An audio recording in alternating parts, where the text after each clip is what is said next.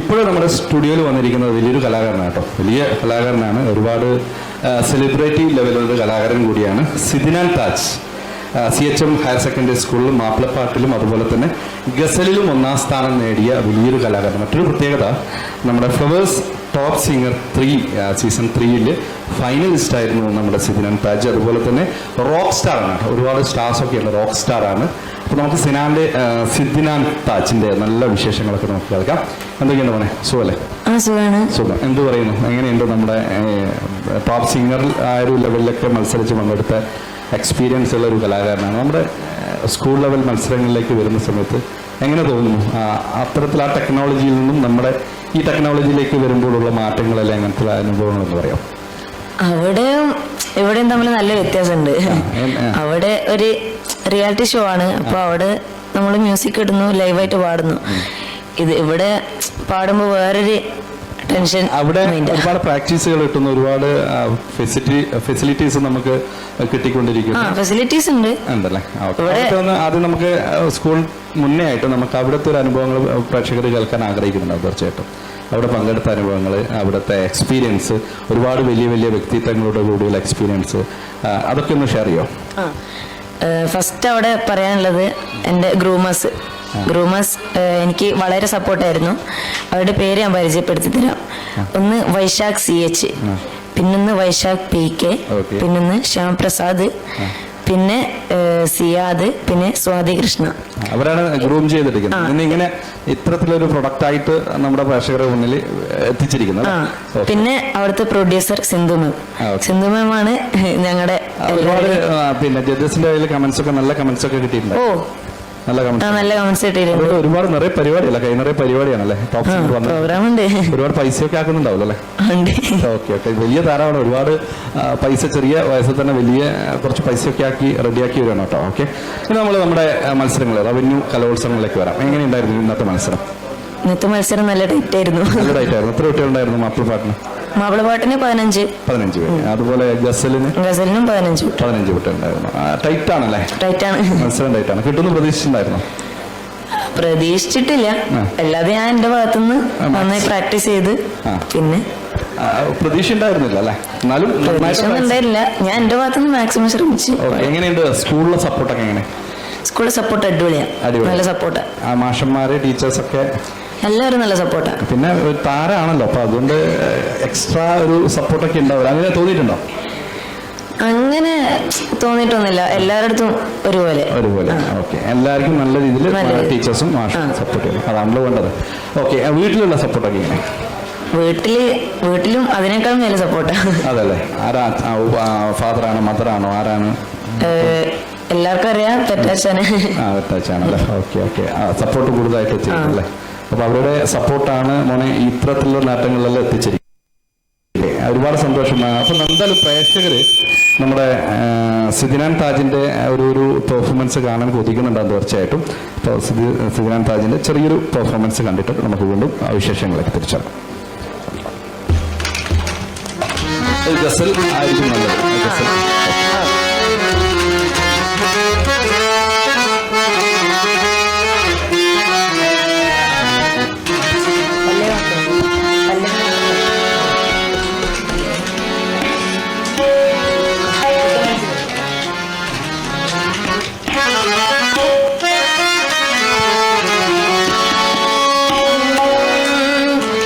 उठ के मंजिल ही अगर आए तो शायद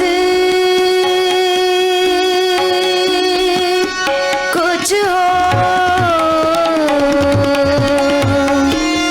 उठ के मंजिल ही, उठ के मंजिल ही अगर आए तो शायद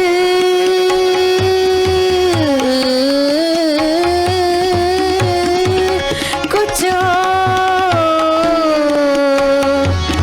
मपनी दनी सा रे पम पनी दनी सा निसरे मरे पम पनी दनी सा जाने शहजाद को मिन जुमलाए आदा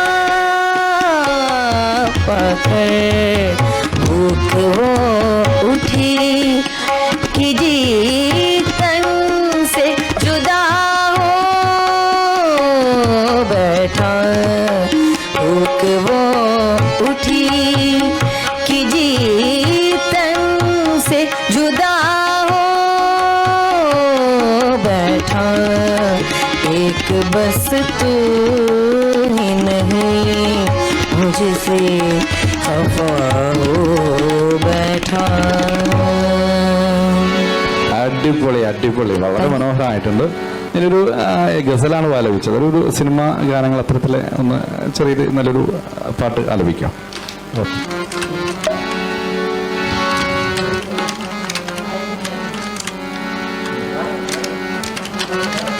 മോന് ഇഷ്ടപ്പെട്ട പാട്ട് പഠിക്കും, അത് കുഴപ്പമില്ല.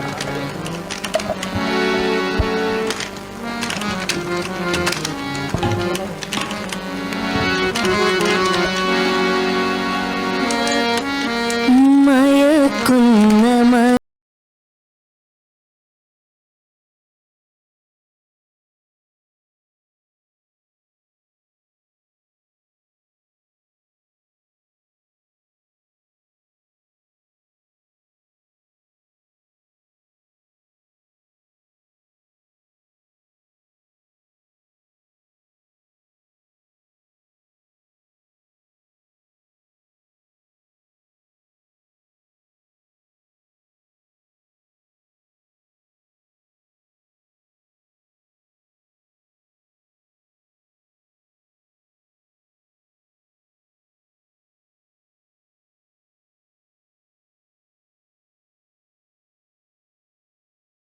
കാളിദാസൻ കണ്ടെടുത്ത കണ്ണിമാനേ കണ്ണിലെന്റെ മുള്ള കൊണ്ടതെങ്ങിനാ.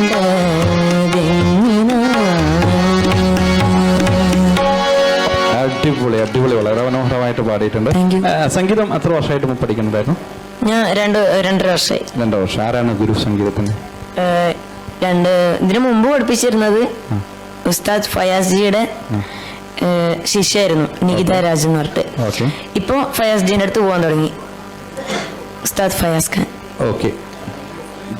പിന്നെ അതുപോലെ തന്നെ ഗസലിന് പ്രത്യേക ഗുരു ഉണ്ടായിരുന്നു, ഗസൽ പഠിപ്പിക്കാൻ? ഗസലിന് ഗുരു ഉണ്ടായിരുന്നു. അത് AR റഹ്മാൻ സാറിന് ഇൻസ്റ്റിറ്റ്യൂട്ടിലെ ഡോക്ടർ ഷൈൻ സാറാണ്. ഓക്കെ. വലിയ ഇൻസ്റ്റിറ്റ്യൂട്ടിന്റെ വലിയ അനുഭവങ്ങളുള്ള ഗുരുവാണല്ലേ? അതെ അതെ, എക്സ്പീരിയൻസ് ഉള്ള ഗുരുവാണ്. ഓക്കെ. ഒരുപാട് സന്തോഷം സിദിനാൻ ഇത്തരത്തിലൊരു വേദിയിൽ വന്നിട്ട് നല്ല സമ്മാനങ്ങൾ നേടി. നമ്മുടെ റവന്യൂ ജില്ലാ കലോത്സവത്തിൽ ഗസൽ അതുപോലെ മാപ്പിളപ്പാട്ട് മനോഹരമായിട്ട് ആലപിച്ചു, സമ്മാനം നേടി. അതുപോലെ തന്നെ സംസ്ഥാന തലത്തിലും നല്ലൊരു നേട്ടങ്ങൾ ഉണ്ടായിട്ട് ഇനിയും നമുക്ക് ഇന്റർവ്യൂ ഒക്കെ വരണം. അതോടൊപ്പം തന്നെ നല്ല നിലയിലേക്ക് സംഗീതത്തിന്റെ എന്താണ് ലക്ഷ്യം അവൻ്റെ, അത് ചോദിക്കാൻ സാധാരണ എല്ലാ കണ്ടസ്റ്റന്റിനും ചോദിക്കുന്ന ചോദ്യമാണ്. എന്താണ് ഭാവിയിൽ ആരാവണമെന്നല്ല, എങ്ങനെ ആയിത്തീരണം ഫ്യൂച്ചർ എന്നത് ആലോചിക്കുന്നു? ഭാവിയിൽ എനിക്കൊരു മ്യൂസിക് ഡയറക്ടർ ആണ്. മ്യൂസിക് ഡയറക്ടർ ആരാണ് ഇഷ്ടപ്പെട്ട മ്യൂസിക് ഡയറക്ടർ? MS ബാബുരാജ്. അതാണ് അത്തരത്തിലുള്ള ആ ഒരു ടോണിലുള്ള പാട്ടുകളും ആ ഒരു ടോണിലുള്ള പെറ്റാച്ച തന്നെയാണോ പാട്ടൊക്കെ സെലക്ട് ചെയ്യുന്നത്? പെറ്റാച്ച ഭയങ്കര സപ്പോർട്ടാണല്ലേ? പാട്ടുകളൊക്കെ എണ്ണി പെറ്റാച്ച കൂടി ഉണ്ടല്ലേ, സ്റ്റുഡിയോന് പുറത്ത് വെയിറ്റ് ചെയ്യുന്നുണ്ടല്ലോ. ഓക്കെ. അപ്പോൾ അപ്പോൾ മ്യൂസീഷ്യനാണ് ആഗ്രഹം അല്ലേ? ഗസലിലേക്ക് കൂടുതൽ കോൺസെൻട്രേറ്റ് ചെയ്ത് അത്തരത്തിൽ ടൈപ്പിലൂടെ സോങ്ങിലൂടെ യാത്ര ചെയ്യാനാണ് ഇഷ്ടം. ഓക്കെ. എന്തായാലും നമുക്കൊരു മലയാളത്തിന് ഇതുവരെ ലഭിക്കാത്ത ഒരു ഗസൽ ഗായകനെയും അതുപോലെ തന്നെ ഗസൽ മ്യൂസിക് ഡയറക്ടർ നമുക്ക് ഭാവിയിൽ ലഭിക്കട്ടെ എന്ന് ആത്മാർത്ഥമായിട്ടും ആഗ്രഹിക്കുന്നു, പ്രാർത്ഥിക്കുന്നു. അപ്പോൾ സിദിനാൻ വളരെ മനോഹരമായിട്ട് നമ്മുടെ പ്രിയപ്പെട്ട പ്രേക്ഷകരോട് സിദിനാന്റെ കുറെ അനുഭവങ്ങൾ നല്ല പാട്ടുകളൊക്കെ കേട്ടു. അപ്പൊ നമുക്ക് ഇവിടെ വന്നതിൽ ഇത് ഗുരുക്കന്മാരെ കുറിച്ച് പറയൂ, പ്ലേ ചെയ്ത് അവരൊക്കെ ആരൊക്കെയാണ്, അതൊക്കെ ഒന്ന് നമ്മുടെ പ്രേക്ഷകർ അറിയട്ടെ. ഇത് എന്റെ തബലിസ്റ്റ്. ഇരുന്നിട്ട് തന്നെ പറഞ്ഞത് ഞാൻ മൈക്ക് കൊടുക്കാം. കുഴപ്പമില്ല നിങ്ങൾ പരിചയപ്പെട്ടു. ഇത് എനിക്ക് വേണ്ടി തബല വായിക്കുന്ന എനിക്കല്ല കുറെ പേർക്ക്. എനിക്ക് ഗസലിന് തബല വായിച്ചത് ഞങ്ങളാണ്. പേര് ബിജേഷ് എന്നാണ്. ഇത് യാസർ എന്നാണ് ഇവരുടെ പേര്. ഇവരാണ് എനിക്ക് വേണ്ടി ഇപ്പോ സ്കൂളിൽ ഹാർമോണിയം വായിച്ചത്. ഓക്കെ. ഒരുപാട് സന്തോഷം. രണ്ടുപേരും നന്നായിട്ട് സപ്പോർട്ട് ചെയ്തിട്ടുണ്ട്. അപ്പോൾ തീർച്ചയായിട്ടും ഇനിയും നമുക്ക് പിന്നീടുള്ള വേദികളിൽ നമുക്ക് കാണാം. വന്നതിൽ വളരെ സന്തോഷം.